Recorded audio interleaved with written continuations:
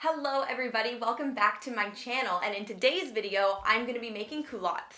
I'm headed on vacation in 2 weeks, and anytime I go on vacation, I always want these beautiful, comfy, gorgeous, flowy pants, but I never actually buy myself a pair because if we're being honest, I'm broke and I don't want to spend more money on vacation than I already have. With that said, my solution was to make myself a pair and spend more time than money. In this video, I'm going to show you how I made culotte shorts using the McCall's M7131 pattern, but I also made a T-length pair of culottes that I'm going to insert at the end of the video just so you can see a comparison of the two. I do make minor changes to the pattern, and I definitely don't follow the actual sewing instructions just because I wanted these pants to be as simple as possible, so I'll show you guys what I do as the video goes along. For these shorts, I used about 1 1/4 yards of rayon fabric, which is what a lot of summer dresses are made of. For these shorts, 1 1/4 yards of a rayon blend fabric, which is For these shorts, I used about 1 1/4 yards of rayon blend fabric, which is what a lot of summer dresses are made out of, and it cost me about $4.99 a yard. If you are going to be making the longer version, you're going to need about 2 yards total. Anyways, that's enough talking from me. If you are interested to see how I made these glorious pants, then just keep on watching. Alright, so as I said earlier, I'm going to be using the McCall's M7131 pattern today to make culotte shorts, which is option A. There are 4 main pattern pieces for this garment, which include the back panel, the front waistband, and back waistband. In McCall's sizing, I'm a 14, so all I do to get started is lay my pattern pieces down on a flat surface, place tracing paper over them, and trace my size onto the paper.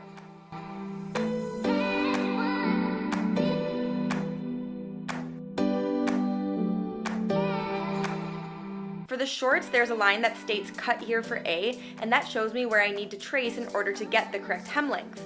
For the other lengths, there are lines that say cut here for B, cut here for C, and so on.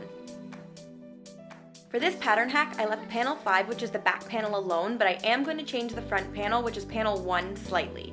Initially, I did have the option to insert pockets, but I honestly wanted to keep this pattern as simple as possible, so I eliminated the pocket, which we'll get to soon. Again, I place the tracing paper over the pattern and trace around the lines labeled 14. There are going to be pleats on the 2 front panels as well, so I make sure to trace those lines at the top of the waistband. There's also a line that says stitching line on the front panel, and I honestly don't know why it's placed where it is, but I just said screw it and trace that onto my paper as well.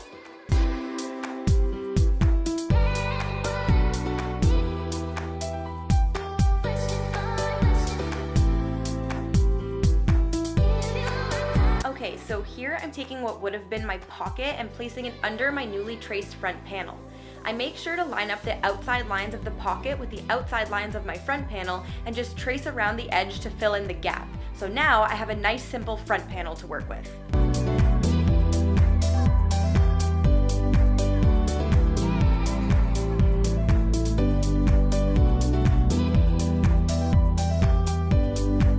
I quickly traced the front and back waistbands off camera, so now I have all 4 pieces ready to go.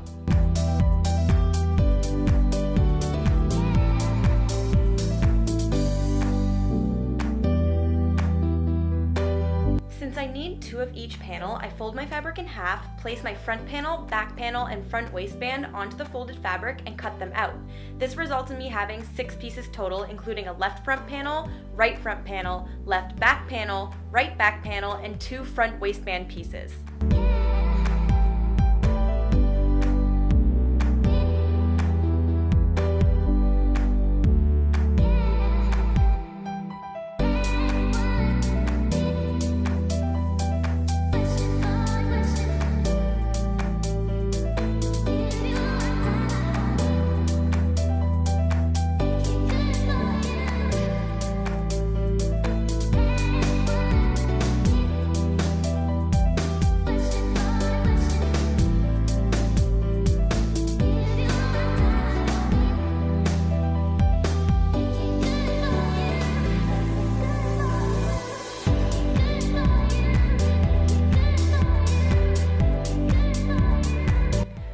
Waistband, I still keep my fabric folded in half, but I make sure to place the center front along the folded edge of the fabric. I then cut around all of the edges except the folded edge, and this gives me a fabric panel that is double the length of my original pattern piece.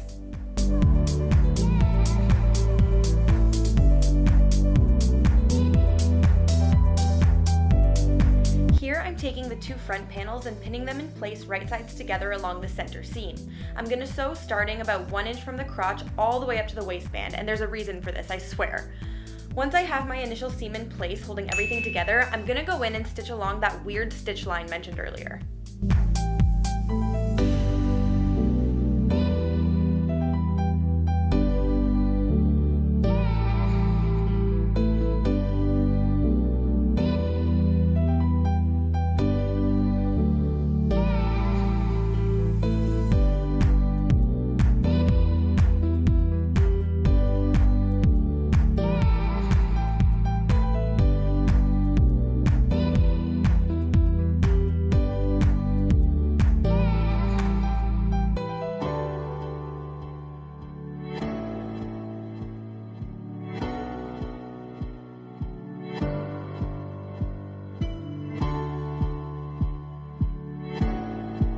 Now I'm going to take my two front waistband pieces, place them right sides together, and stitch along the top seam.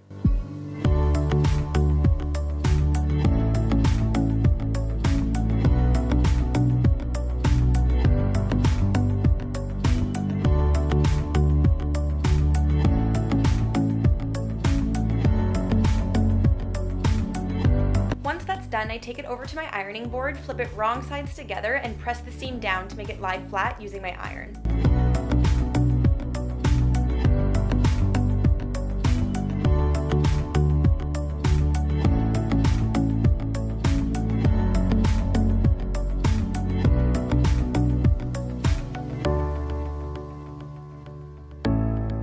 Now it's time to get my darts in place. I've transferred the dart markings from my pattern piece onto the wrong side of my front panel fabric pieces so I know where the darts are located and how big to make them.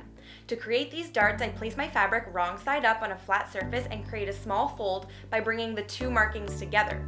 These darts are going to lay inwards towards the center seam, so once I bring the markings together, I take the fold on the underside of the fabric and lay it along the waistband facing the center seam and pin it in place. Then I repeat this process 3 more times.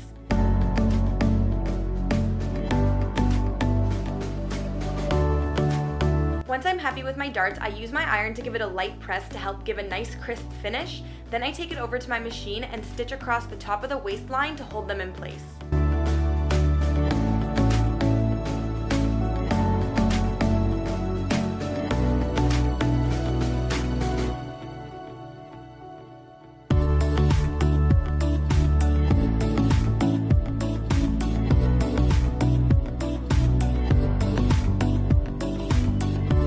Now that my two front panels are sewn together and the darts are in place, I can begin to connect the two back panels.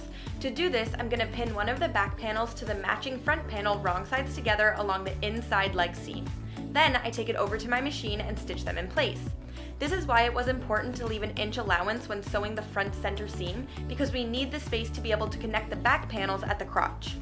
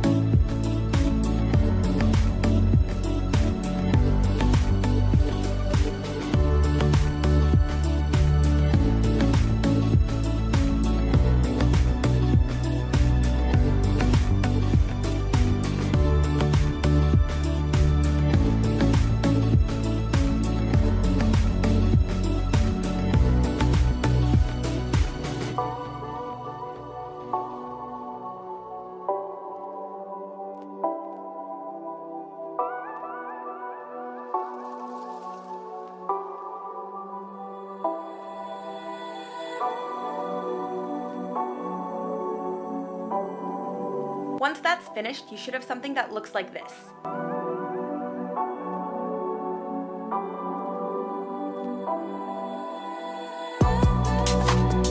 Now I'm going to start at the crotch where the inside leg seam is located and pin all the way up the back seam to connect the two back panels to each other.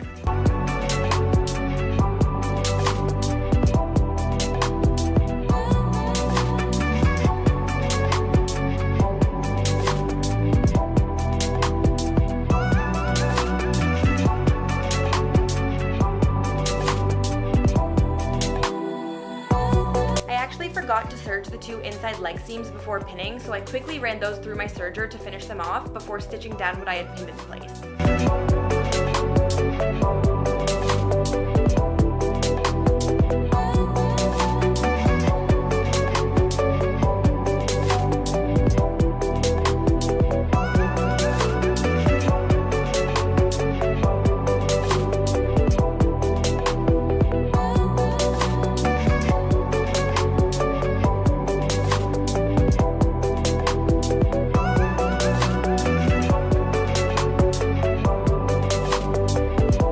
Once that's done, you should have something that starts to look like shorts.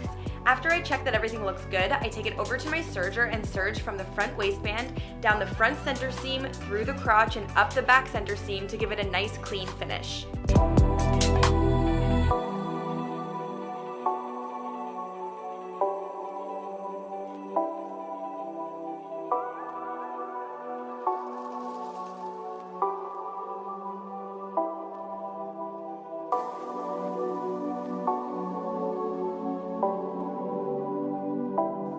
Now it's time to connect the front waistband. To do that, I simply place the waistband with the opening facing up towards the waistline, pin it in place, and then stitch it down.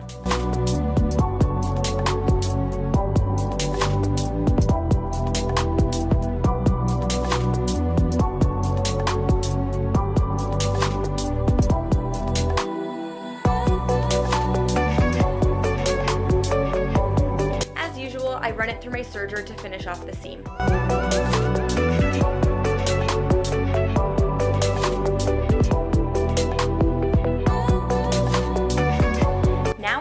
Exciting stuff. It's time to make the stretch waistband for the back panels. This is a long process, so just bear with me here. I'm taking my back waistband and folding it in half, wrong sides together, pinning it in place and pressing it down. We won't be flipping this piece inside out, so it's important that the good side of your fabric is visible from the get-go. I need to create 4 little tubes or casings for 1/2-inch elastic to go through, so I basically use a straight stitch to sew lines all along the width of the fabric that are slightly bigger than 1/2 inch apart. I eyeballed this part, but you can always go in and make your markings with chalk if you're not comfortable freehanding it.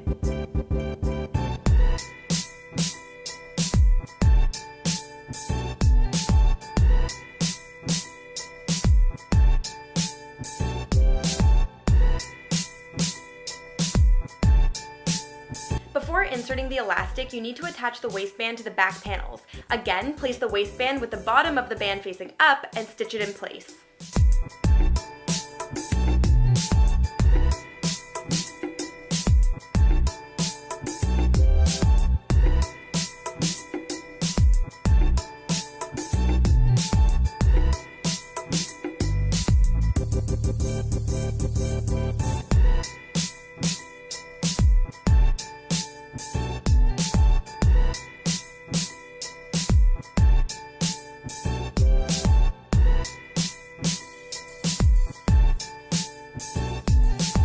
The pattern actually came with a really handy elastic guide that showed me the length of elastic I needed to cut for my size, so I just used the guide to cut the 4 pieces of black elastic I'd be using in the waistband.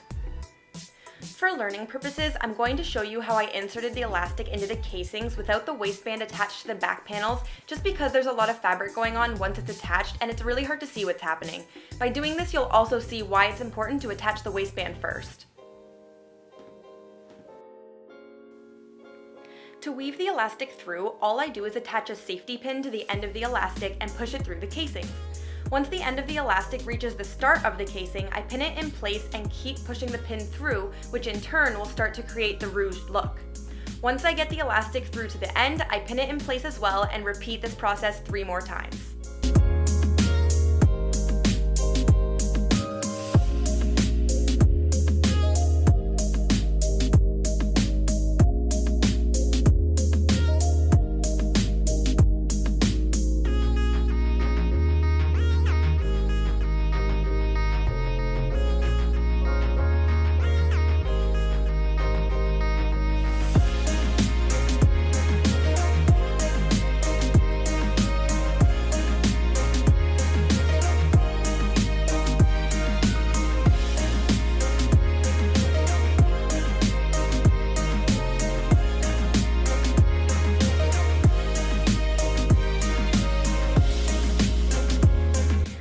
imagine, with 3 more elastics, the fabric becomes extremely ruched or bunched, which is exactly what we want, but trying to attach that waistband would be a really difficult task, so it's best to attach first, then add the elastic. Once I've got all the elastic through, I stitch down the sides of the waistband to hold them all in place.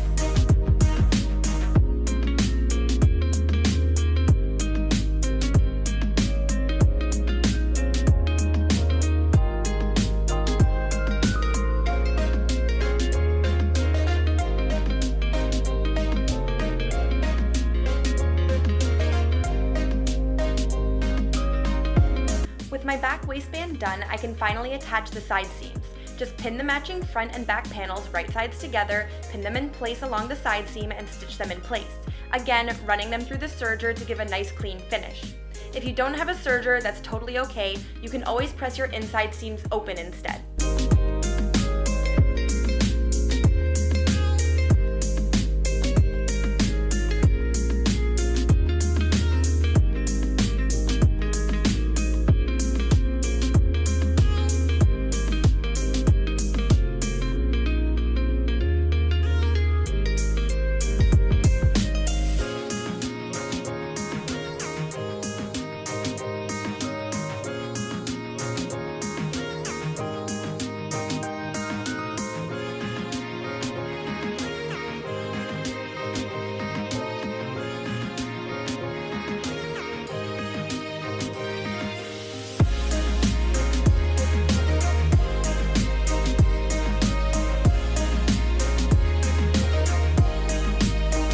All I have left to do is finish off the hem. To do this, I just turn the shorts inside out, fold the fabric 1/4 inch up, and press that in place. Then I take it over to my machine and use a straight stitch to hold that in place.